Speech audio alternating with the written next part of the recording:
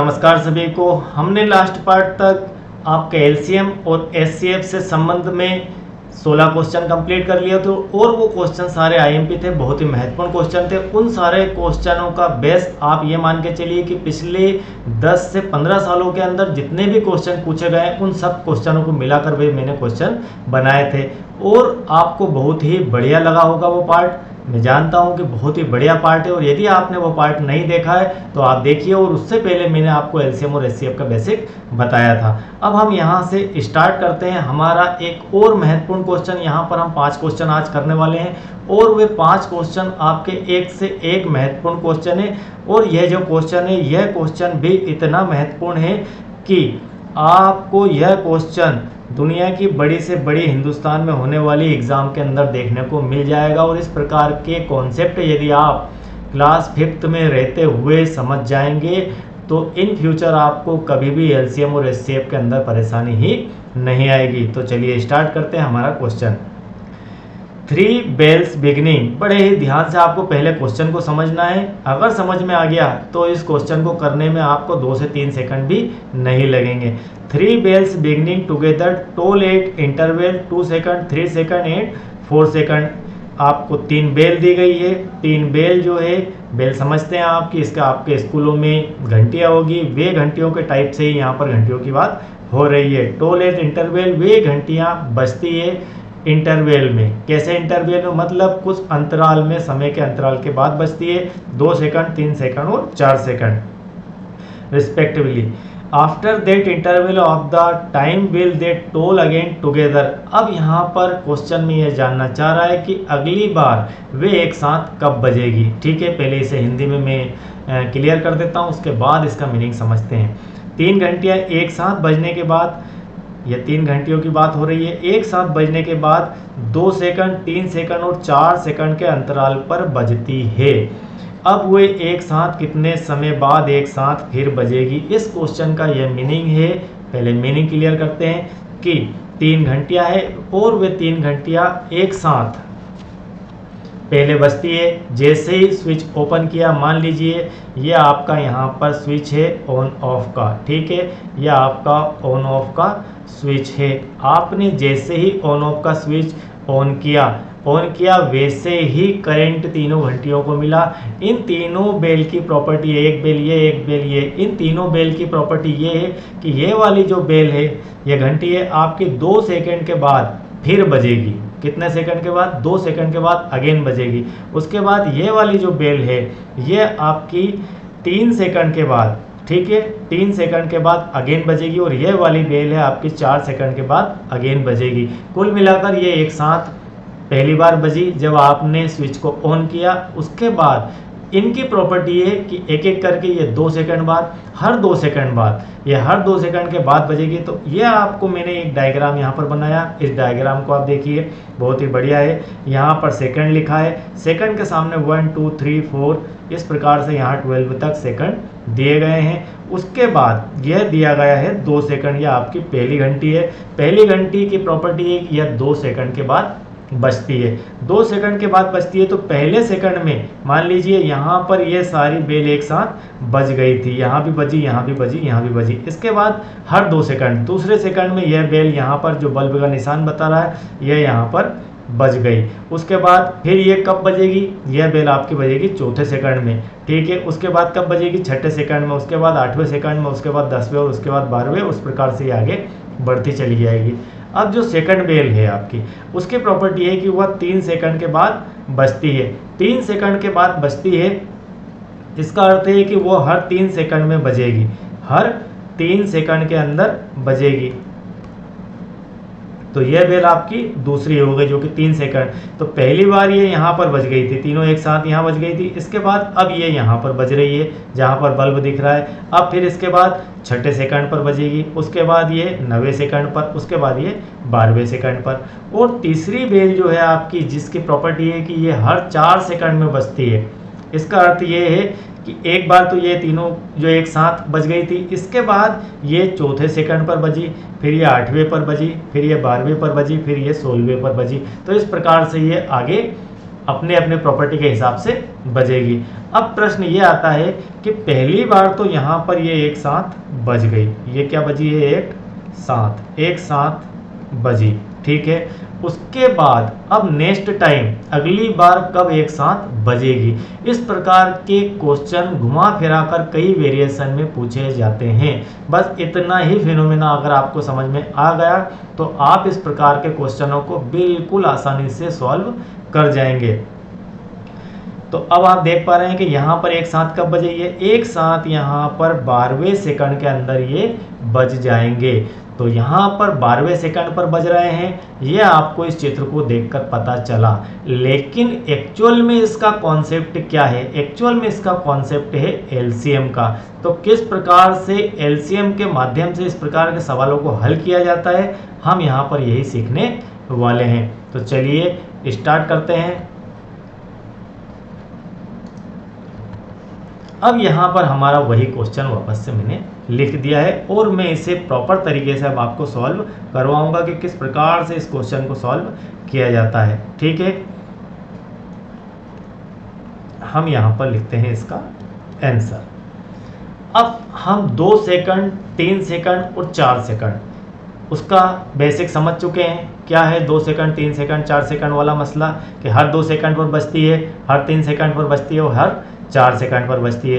तो यहाँ पर हमें लेना होगा 2, 3 और 4 का एलसीएम। तो 2, 3 एंड 4 का हम क्या लेंगे, एलसीएम, ठीक है। इसका लेंगे एलसीएम 2, 3 एंड 4 का एलसीएम। जब हमने लिया तो एलसीएम किस प्रकार से निकाला जाता है हम जानते हैं।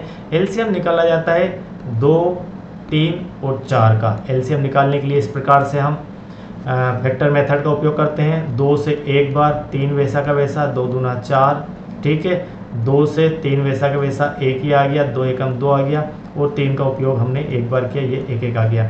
कुल मिलाकर आपका एलसीएम आएगा 2 गुणित 2 गुणित 3।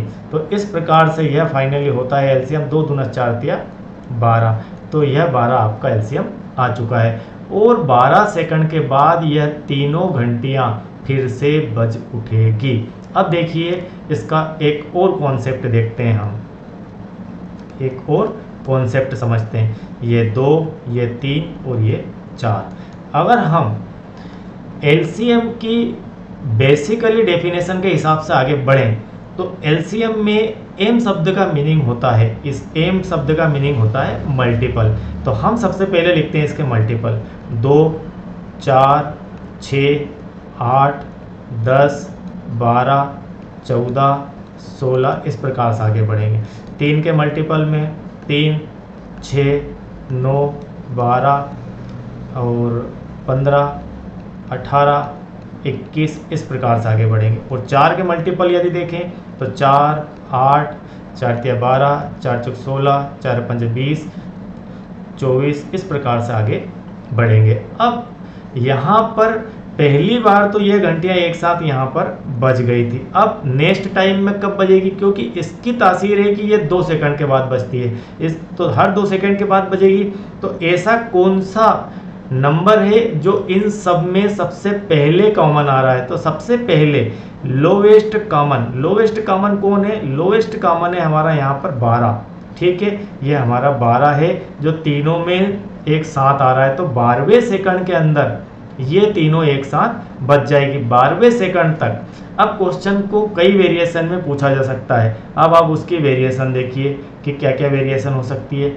अगर आपसे पूछा जाए कि पहली घंटी, अगर मैं इसे कह दूं कि ये पहली घंटी है, पहली घंटी 2 सेकंड के बाद बजती है, दूसरी घंटी 3 सेकंड के बाद बजती है और तीसरी घंटी 4 सेकंड के बाद बजती है। अगर आपसे पूछ लिया जाए कि पहली घंटी जब तीनों एक साथ बजेगी तब तक कितनी बार बज चुकी होगी, तो पहली घंटी हमारी एक बार यहाँ, 2 बार यहाँ, 3 बार यहाँ, 4 बार यहाँ और 5 बार, कुल मिलाकर वो 6ठी बार बजी है, ठीक है। एक बार यहाँ 2, 3, 4, 5 और 6, तो यहाँ 6ठी 1, 2, 3, 4, 5 और 6, तो 6ठी बार वो बजी, ठीक है। तब ये 6ठी बार बजी और यह आपकी बजी है 1, 2, 3, 4 चौथी बार बजी और यह आपकी बजी है तीसरी बार। तो यह बजी 6ठी बार, यह बजी चौथी बार और यह बजी तीसरी बार। तब जाकर वे सभी एक साथ हो पाई है। ठीक है, तो यह क्वेश्चन इस प्रकार से पूछे जाते हैं। इस क्वेश्चन को कई वेरिएशन में और पूछा जाता है, हम उन वेरिएशन को भी यहाँ पर देखेंगे। चलिए अब इसका नेक्स्ट देखते हैं। नेक्स्ट क्वेश्चन है इसी टाइप से, इसी पैटर्न पर लिया गया है, लेकिन थोड़ा सा इसके अंदर अंतर है। Three bell beginning together toll at interval. अब यहाँ पर 3 घंटियों की बात चल रही है कि 3 घंटियाँ इंटरवेल क्या है उनका बजने का, कितने अंतराल के बाद बजती है, तो 2 सेकंड, 3 सेकंड और 4 सेकंड। वही क्वेश्चन है, how many time they will toll together in 1 minute. 3 घंटियाँ एक साथ बजने के बाद 2 सेकंड, 3 सेकंड और 4 सेकंड के अंतराल पर बजती है। 1 मिनट में वे कितनी बार एक साथ बजेगी। अब क्वेश्चन में ये पूछा जा रहा है कि 1 मिनट में ऐसे कितनी बार एक साथ वे बज पाएगी या बजेगी।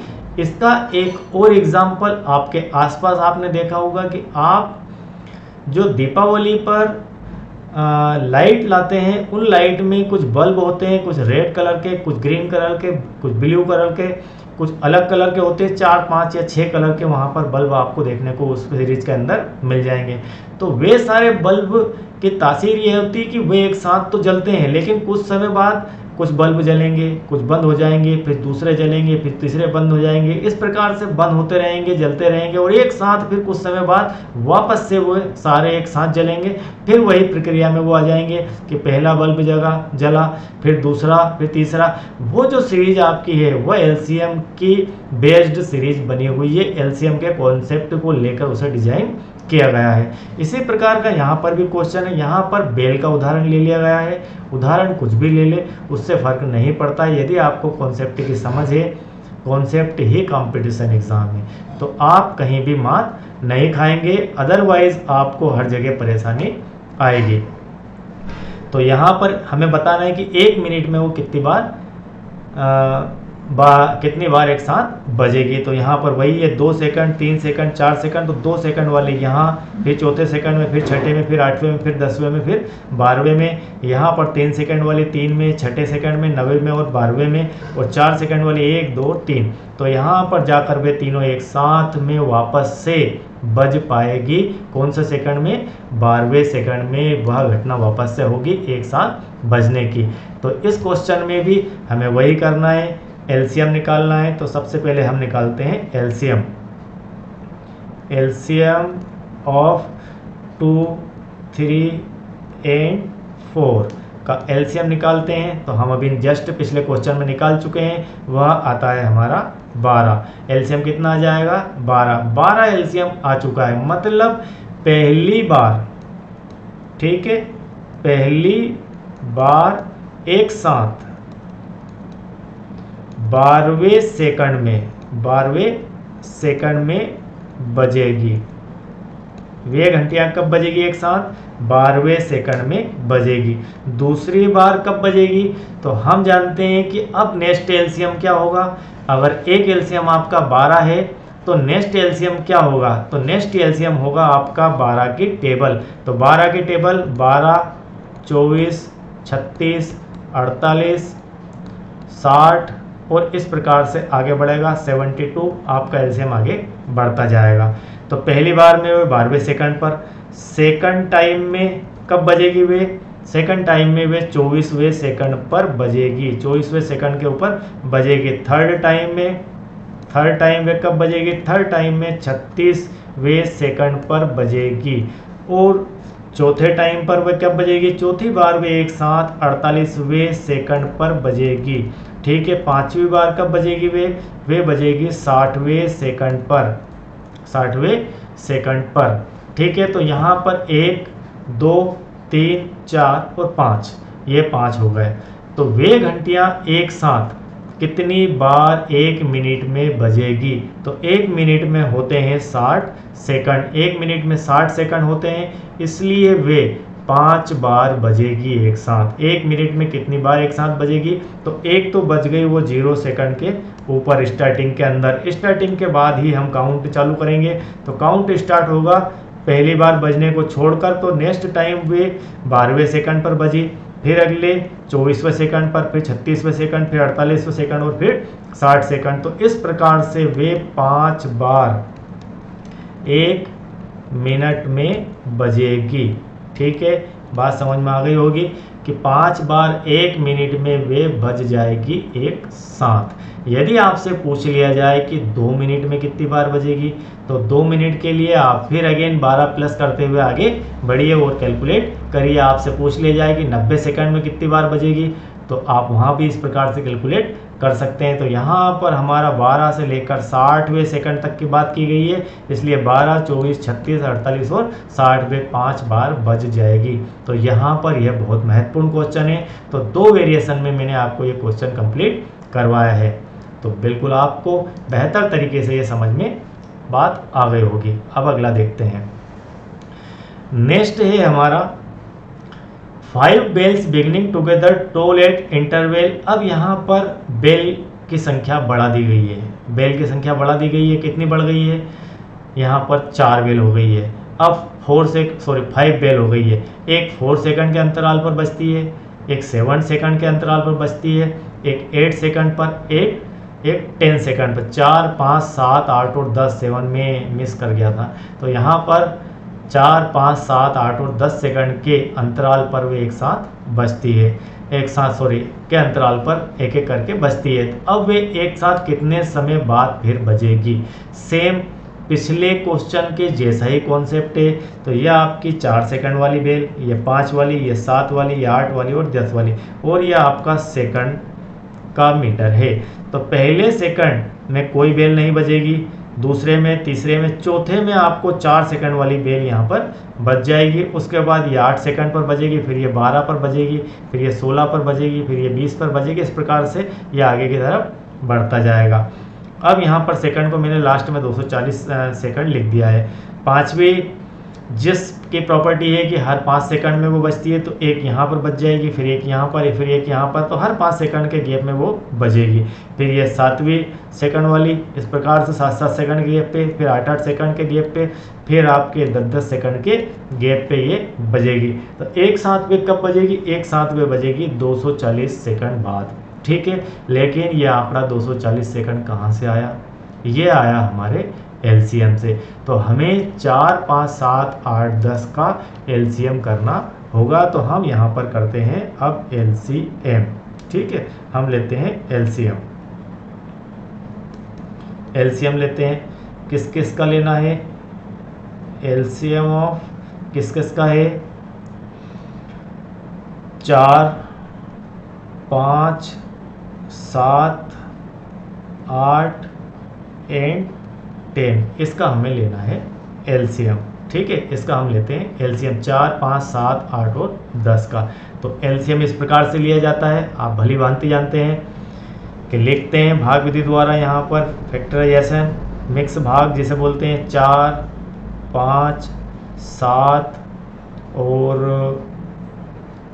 8 और 10, इन सबको एक साथ लिख लिया। एक साथ लिखने के बाद 2 से 2 बार, 5 वैसा का वैसा ही, 7 वैसा, 2 चौको 8, 2 पंजे 10, ये हो गया। अब 2 से 1 बार, 5 वैसा का वैसा, 7 वैसा, 2 दूना 4, 5 वैसा का वैसा। अगेन चूँकि 2 आ रहा है, 2 से लगा देते हैं, 5 वैसा ही, 7 वैसा, 1 बार हुई है 5। अब अगेन 5 से लगा देते हैं, तो 5 से ये 1 हो गया, और यहाँ पर 1 1 और यहाँ 7 बचता है, ये 1 आपका और ये 1 हो गया। ठीक है, 5 का दोनों हुआ, दोनों से 1, और यहाँ 7 से हुआ, तो सब कुछ 1 हो गया। अब हमारा फाइनली एलसीएम आ जाता है। क्या आ जाता है कि 2 गुणित 2 गुणित 2। ठीक है, यह आ जाएगा 2 गुणित 2 गुणित 2, और गुणित में 5 और गुणित में 7, इस प्रकार से आ गया। अब इसका हम करते हैं मल्टीप्लाई। तो 2 दूना तो 4 दूना 8, 8 पंजे 40, ये हो गया 40 गुणित 7, 7 चौको 28, मतलब 280। तो कुल मिलाकर वे घंटियाँ एक साथ अब 200, 7 चौको 28, 280 सेकंड के बाद बज जाएगी। कितने सेकंड के बाद बज जाएगी? 280 सेकंड। यहाँ पर लिखा हुआ है 240 सेकंड, थोड़ी सी यहाँ पर गलती हो गई है लिखने में प्रिंट की, तो कोई बात नहीं, 6 चुको 24 और 4, ठीक है। 280 सेकंड के बाद वे यहाँ पर फिर से बज जाएगी। तो 280 सेकंड के बाद बच जाएगी, तो यहाँ पर तो 280 सेकंड आपको आंसर दिया ही नहीं है। अब क्या करना है इसका, जब 280 सेकंड आंसर नहीं दिया है, यहाँ दिया है मिनट में, तो आप सबसे पहले मिनट में इसे कन्वर्ट करिए। आप 60 का भाग लगाइए, ठीक है। 280 में 280 भागित 60, तो यहाँ 0 से 0 कट गया, ठीक है। तो यहाँ आ जाता है आपका 28/6। अब आप 6 का भाग लगा दीजिए 28 में, तो 6 चुको 24, यह पूरा चला गया, और यहाँ पर बचता है 4, और भाग नहीं जाए उसकी 0। तो कुल मिलाकर यहाँ पर फाइनली इसे लिख सकते हैं हम कि 4 मिनट तो पूरे हैं और 40 सेकंड और हैं, तो 4 मिनट 40 सेकंड, ठीक है। इस प्रकार से आप भाग की प्रक्रिया को कर सकते हैं। 4 मिनट और 40 सेकंड, 4 मिनट 40 सेकंड को हम कहते हैं 280 सेकंड। और यदि दूसरे तरीके से आप इसे समझना चाहें तो 1 मिनट के अंदर होते हैं 60 सेकंड। 1 मिनट में यदि 7 सेकंड हैं तो 2 मिनट में कितने होंगे, तो 2 मिनट में होंगे 120 सेकंड। तो 3 मिनट में कितने होंगे, 6 18, 180 सेकंड।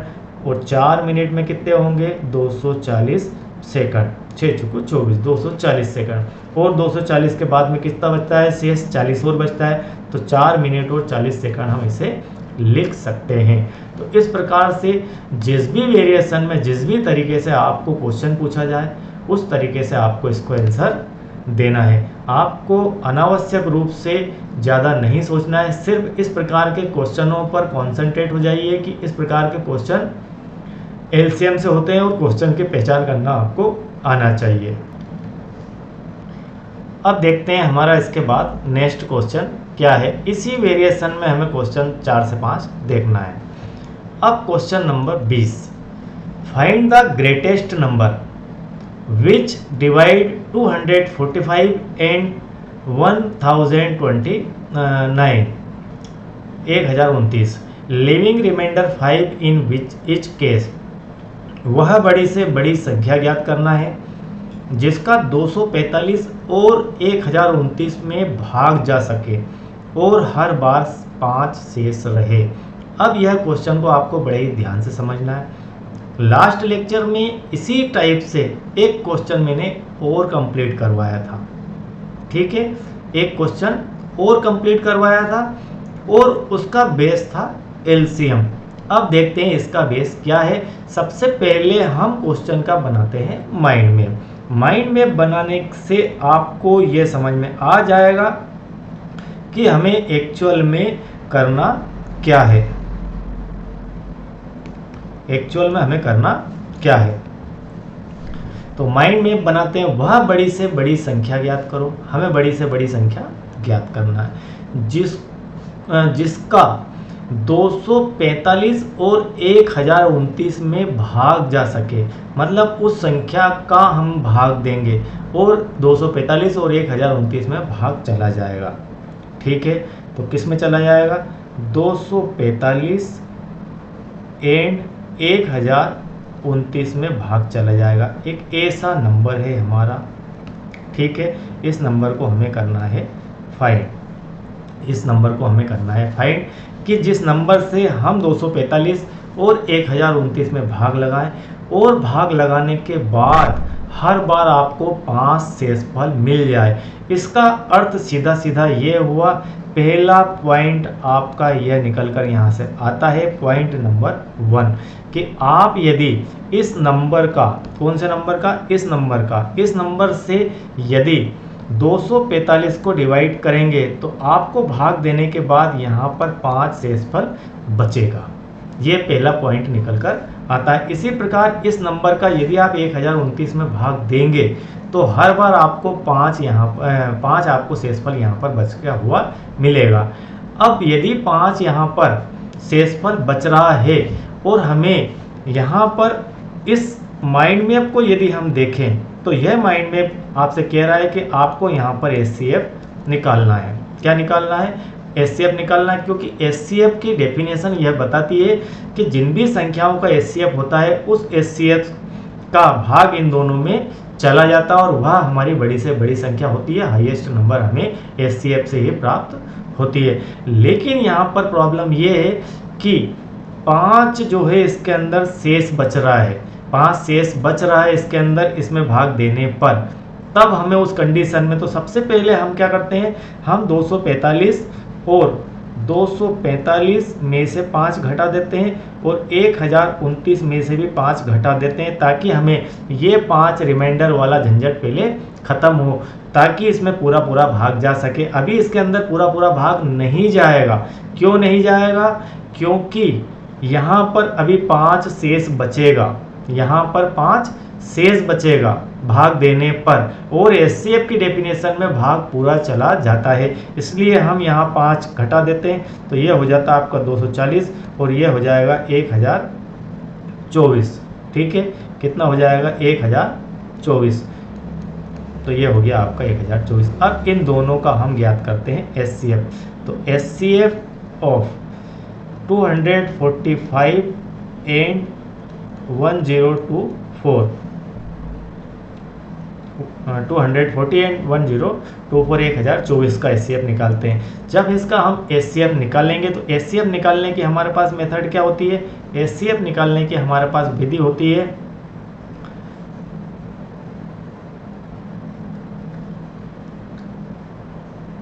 हम दोनों को एक साथ लेकर भी निकाल सकते हैं, दोनों के फैक्टर करके भी निकाल सकते हैं। तो मैंने आपको 2-3 तरीके से बताया था, मैं एक विशेष तरीका और आपको यहाँ पर बता देता हूँ कि आप 240 को ऐसा लिखिए और 1024 को ऐसा लिखिए।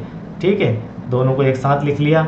हम बिल्कुल एलसीएम और एचसीएफ एक ही फार्मूले के अंदर निकल जाए वो तरीका आपको बता रहे हैं। इसी से आप एलसीएम भी निकाल सकते हैं और यहीं से आप एचसीएफ भी निकाल सकते हैं, और यही आपके भाग मेथड से मिलती हुई मेथड है, लेकिन इसे फैक्टर मेथड हम कहते हैं।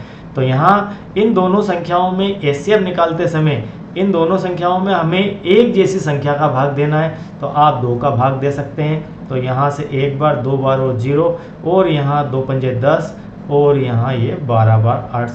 ठीक है, ये अब फिर अगेन इसमें 2 का भाग जा सकता है दोनों में, तो ये हो गया आपका 60 और ये हो गया आपका 2 दूना 4 और 2 पंजे 10, 2 चंकी 12, 256।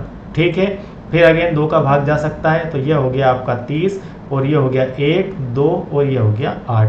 फिर अगेन 2 का भाग जा सकता है, तो यहाँ हो गया आपका 15 और यहाँ हो जाता है 2 से 6 बार और 2 से 4 बार। अब आप यहाँ पर देखेंगे 15 आ गई और यहाँ पर आ गई 64।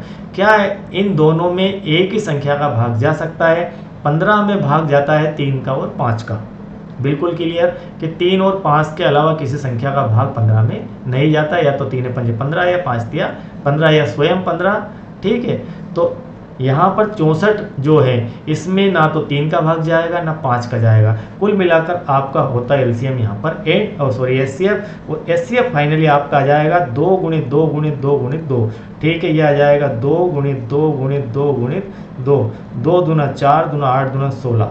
ठीक है, 2 दूना 4, 4 दूना 8 दूना 16। तो फाइनली आपको प्राप्त होगा एलसीएम 16। तो आपको एलसीएम आ चुका है 16, तो यहाँ पर यह एलसीएम है 16। तो इस प्रकार से आप एलसीएम और एचसीएफ दोनों एक साथ निकाल सकते हैं। यदि 240 और 1024 का अब आपको निकालना है एलसीएम, तो यहाँ तक आप आ गए, इसको आगे बढ़ा दीजिए, फिर 2 से बढ़ा दीजिए 64 के लिए, फिर आप जब ये ख़त्म हो जाए फिर आप 5 का और 3 का उपयोग कर लेना, फिर इन सब का गुणा कर देना, तो आपको वहाँ पर एलसीएम की प्राप्ति हो जाएगी। ये बहुत ही उच्च स्तरीय मैथमेटिक्स के दर्शन आपको मैं करवा रहा हूँ। ये कॉन्सेप्ट बेस्ड है, यह दिलीप पाटीदार की क्लास है, ये पाटीदार सर की क्लास है, और इसके अंदर आपको जो सीखने को मिलेगा वह हिंदुस्तान में किसी टीचर के पास सीखने और देखने को नहीं मिलेगा। ठीक है, तो हम आपको यहाँ कॉन्सेप्ट के दर्शन करवा रहे हैं कि कॉन्सेप्ट सीखिए और कंपटीशन निकालिए। ठीक है, चलिए आगे बढ़ते हैं। अब हमारे 2-3 क्वेश्चन और बचे हैं। अगला क्वेश्चन है वेदर एट 8:30 AM। यहाँ पर वे स्टार्ट होती है 3 घंटे एक साथ सुबह 8:30 बजे बजने लगती है। अब यहाँ पर आपको टाइम दे दिया गया है कि 8:30 पर वे बजती है, 8:30 पर वे बजती है एक साथ। If they ring after 4 minute, 5 minute, 6 minute respectively each time, the next time they will ring together 8। मतलब 3 घंटे एक साथ 8:30 पर बजती है एक साथ। यदि वे 4 मिनट, 5 मिनट और 6 मिनट के अंतराल पर बजती है एक साथ, मतलब एक साथ क्या, वो इतने अंतराल पर बजती है, उनकी अलग अलग प्रॉपर्टी है ये, तो वे किस समय पुनः एक साथ बजेगी। तो यहाँ पर वही करना है हमें जो करते आए हैं। तो यहाँ पर आंसर में हम लिख लेंगे इसका एलसीएम। तो एलसीएम ऑफ किस किस का निकालना है, एलसीएम हमें निकालना है 4 का, 5 का एंड 6 का। तीनों का एलसीएम निकाल देते हैं। चलिए 4, 5 और 6 इनका एलसीएम ले लेते हैं। 2 से 2 दूना 4, 5 वैसा का वैसा, 2 तिया 6, फटाफट कर देते हैं इस काम को। 2 से 5 और यहाँ पर 3, तो फाइनली ये आ जाएगा 2 गुणित 2 गुणित 3 गुणित 5, क्योंकि 2, 5 और 3 फिर से एक बार आएंगे। 2 दूना 4, तिया 12, 5 60। ठीक है, कुल मिलाकर एलसीएम आ गया आपके पास 60। तो यहाँ पर एक बात क्लियर हो गई कि यहाँ पर आपको क्वेश्चन दिया गया था मिनट में, काय में दिया गया था, मिनट में दिया गया था, इसलिए अब बात करेंगे हम मिनट की। तो यहाँ पर आपका आंसर आएगा एलसीएम, वह भी आएगा मिनट में। ठीक है, मिनट में ही आपका एलसीएम भी आएगा। मतलब वे घंटियाँ एक साथ अब 60 मिनट के बाद फिर बजेगी। क्वेश्चन ये कह रहा है कि यदि वे 4 मिनट, 5 मिनट और 6 मिनट के अंतराल पर बजती है तो वे किस समय एक साथ पुनः साथ में बजेगी। तो पहली बार यहाँ पर जो स्टार्टिंग टाइम था वह आपको दिया गया था कितना, 8:30 AM, यह आपको समय दिया गया था। इसके बाद वे नेक्स्ट टाइम कब बजी, आफ्टर 60 मिनट, 60 मिनट के बाद वे वापस बजी। तो सेकंड जो टाइम है,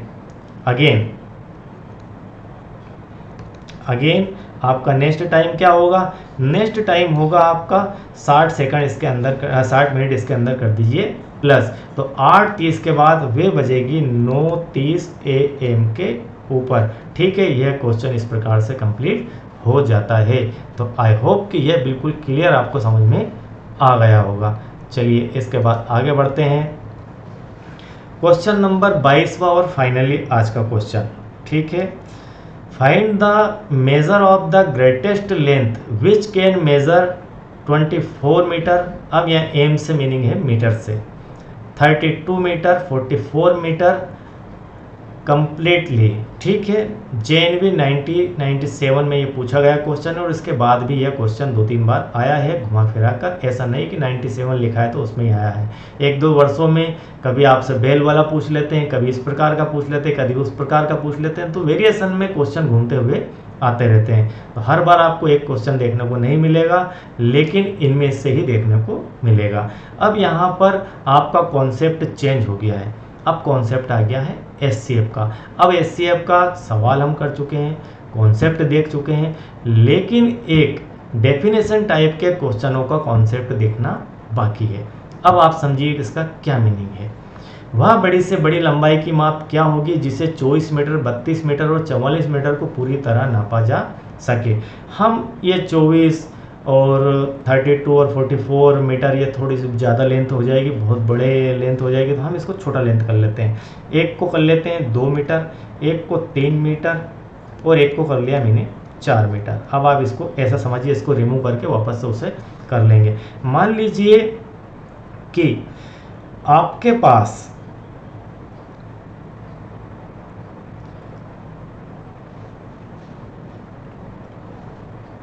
इतनी मीटर की 2 मीटर, 3 मीटर और 4 मीटर की कोई बांस है या लकड़ी है। ठीक है, क्या है, लकड़ी है। आपके पास कोई लकड़ी है, एक लकड़ी आपकी है, ये हो गई आपकी 2 मीटर की। एक हो गई आपके पास, ये अगर 2 की है तो यहाँ से यहाँ तक ये मान लीजिए 3 की हो गई। और एक हो गई आपकी, ये अगर 3 की है तो इससे थोड़ा मैं आगे बढ़ा देता हूँ, ये 4 मीटर की। ये लकड़ी आपकी है 4 मीटर की, ये लकड़ी है आपकी 3 मीटर की, ये लकड़ी है आपकी 2 मीटर की, ये हो गई आपकी 4 मीटर, यह हो गई 3 मीटर और यह हो गई 2 मीटर। ठीक है, अब मैं चाहता हूँ कि इनको मैं नापूँ, मैं इसे नापना चाहता हूँ और नापना ऐसे चाहता हूँ कि मैं एक नाप ऐसा बना लूँ जिससे ये सारे के सारे नप जाए, ये सारे के सारे नप जाए और एक ही नाप से, ना तो छोटा वह नाप बराबर रहे, सब सारी लकड़ियाँ इससे नप जाए आपस में। तो इसके लिए हमें फाइंड करना होगा इसका SCF। SCF फाइंड करते हैं 2 का, 3 का एंड 4 का, 2 में, 3 में और 4 में। ऐसा कोई नंबर नहीं है कॉमन जो कि जैसे 2 है तो 2 को हम लिख सकते हैं 2 गुणित 1, 3 को लिख सकते हैं 3 गुणित 1 और 4 को लिख सकते हैं 2 गुणित 2 गुणित 1। तो हमें यहाँ पर कोई भी कॉमन फैक्टर नहीं दिख रहा है, इसलिए इसका SCF होगा, क्या होगा, इसका 1 होगा। तो 1 SCF है। इसका अर्थ है कि यहाँ पर लकड़ियों को नापने के लिए 1 मीटर का पैमाना मिलेगा। कैसा मिलेगा? 1 मीटर। 1 मीटर से हम इसको 2 बार नाप देंगे, इसको हम 3 बार नाप देंगे, एक यहाँ, एक यहाँ और एक यहाँ, और इसे इसी प्रकार से 4 बार नापा जा सकता है। ठीक है, एक ये, एक ये, एक ये और एक ये। तो कुल मिलाकर एक टुकड़ा ये, एक टुकड़ा ये, एक टुकड़ा ये, एक ये, एक ये, एक ये, एक ये, एक ये। तो एक एक मीटर के नाप से हमने यदि इनको नापना स्टार्ट किया तो यह भी पूरा पूरा 1 मीटर से नप गया, यह भी 1 मीटर से नप गया और यह भी 1 मीटर के स्केल से नप गया। मुझे वो स्केल बनाना था जिससे ये सारी लकड़ियों को नापा जा सके, तो वह स्केल मुझे मिला है 1 मीटर के रूप में। तो यह इसका होता है बेसिक कॉन्सेप्ट। 2 मीटर, 3 मीटर और 4 मीटर का हमने छोटा सा एग्जाम्पल लिया और उसे यहाँ पर सॉल्व किया। तो 2, 3 और 4 से आपको यह समझ में आ गया होगा कि इसका बेसिकली कॉन्सेप्ट क्या है। अब हम इस क्वेश्चन को इसी कॉन्सेप्ट को बेस बनाकर सॉल्व करते हैं। अब हमारे पास जो फिगर दिए गए हैं वो दिए गए हैं 24, 32 और 44 मीटर के लिए। तो हम यहाँ पर SCF निकालेंगे 24, 32 और 44 का। तो यहाँ पर सबसे पहले निकालते हैं SCF ऑफ 24, 32 एंड 44। तो हमारे नंबर के अगेंस्ट लिखते हैं SCF ऑफ 24, 32 एंड 44। तो 24 को आप क्या क्या लिख सकते हैं फैक्टर के फॉर्म में, या फिर वही एक तरीका अपना लेते हैं हम सीधा सीधा 24 यहाँ लिखा, 32 यहाँ लिखा, 44 यहाँ लिखा। क्या इनमें 2 से भाग जा सकता है? तो इनमें 2 से भाग जा सकता है, इनमें 2 से भाग जा सकता है। हम थोड़ी लाइन को सीधी कर देते हैं। 2 से ये 12 बार, 2 से ये 16 बार, 2 से ये 22 बार। क्या फिर 2 से भाग जा सकता है? तीनों में भाग जाना चाहिए। तो 2 से लगाया 6 बार, 8 बार और 11 बार। अब कोई एक नंबर बताइए जिस नंबर से इन तीनों में भाग जा सके। यहाँ आ चुका है 11। जब 11 आ गया इसका अर्थ ये है कि इसके अंदर अब सिर्फ 11 से भाग जाएगा। 11 के लिए इनमें ज़रूर 2 से जा सकता है, लेकिन हमारा SCF में हम कहते हैं कि इसमें एक जैसे नंबर से भाग जाना चाहिए। वहीं तक आपका SCF है, वही आपका SCF है। तो फाइनली जो SCF है वह आपका आ गया है, वह आपका आ जाएगा, क्या आ जाएगा? SCF आ गया आपके पास 2 गुणित 2 मतलब 4। तो फाइनली 4 मीटर, आंसर क्या है अपना? 4 मीटर। 4 मीटर का वह पैमाना होगा, वह माप होगी जिस माप से हम 24 मीटर, 32 मीटर और 44 मीटर, ठीक है, किस किस को? 24 मीटर को, 32 मीटर को और 44 मीटर को नाप सकते हैं। तो 4 का भाग लगाइए। आप इससे नापेंगे तो कितनी बार नप जाएगी? अब आप बताइए कितनी बार नप जाएगी? ये नप जाएगी आपकी 6 बार में, 6 टाइम में आप इसे नाप देंगे। 4 मीटर के पैमाने से यदि 24 मीटर को नापेंगे तो 6 बार में, 32 मीटर को यदि आप नापेंगे तो 8 बार में, 8 टाइम में ये इसको नाप देंगे, 8 बार में नाप देंगे। और 44 मीटर से अगर करेंगे 44 मीटर को तो 11 टाइम में इसे नाप देंगे। 11 बार में इसे नापा जा सकता है, हम इसे 11 बार में नाप सकते हैं। ठीक है, 11 टाइम में ये नप जाएगा। समझ में आ गई होगी बात। 4 से अगर इसे नापेंगे तो 6 बार में, 4 से इसे नापेंगे तो आपकी 8 बार में, 8 चौको 32, और 4 से इसे नापेंगे तो 11 बार में इसे नाप देंगे। तो यह इसका पूरा कंप्लीट बेसिक होता है, बिल्कुल मोस्ट से मोस्ट टाइम पे क्वेश्चन। इसे आप समझ लीजिए और कर लीजिए, और अगर समझ में नहीं आए तो 1 से 2 बार 3 बार इसे देख लीजिए। आई होप कि बहुत ही बेहतर तरीके से ये क्वेश्चन आपको क्लियर हो गए होंगे। और यदि ये वीडियो आपको अच्छे लगे, समझ में आ रहे हैं, तो अपने दोस्तों को शेयर कीजिए, सभी को बताइए कि डीपीयू एडिटेरिया एक चैनल है जो आपकी बेसिक ज़रूरतों के हिसाब से आपके नॉलेज को पावरफुल बनाता है। हम यहाँ कॉन्सेप्ट नहीं बोलते हैं, कंपटीशन बोलते हैं। कंपटीशन का दूसरा नाम ही कॉन्सेप्ट, और कॉन्सेप्ट सीखने का मतलब ही है कि कंपटीशन में सिलेक्ट होना। यदि आप बेसिक गणित और कॉन्सेप्ट को यदि प्रॉपर सीखते हैं तो हमेशा गणित में अव्वल दर्जे के नंबर लेकर आएंगे। और यदि आप चैनल के साथ नए हैं, पहली बार देख रहे हैं, सुन रहे हैं, और यदि आपने अब तक सब्सक्राइब नहीं किया है तो चैनल को लाइक कीजिए, सब्सक्राइब कीजिए और अपने दोस्तों को शेयर भी कीजिए। Thank you very much.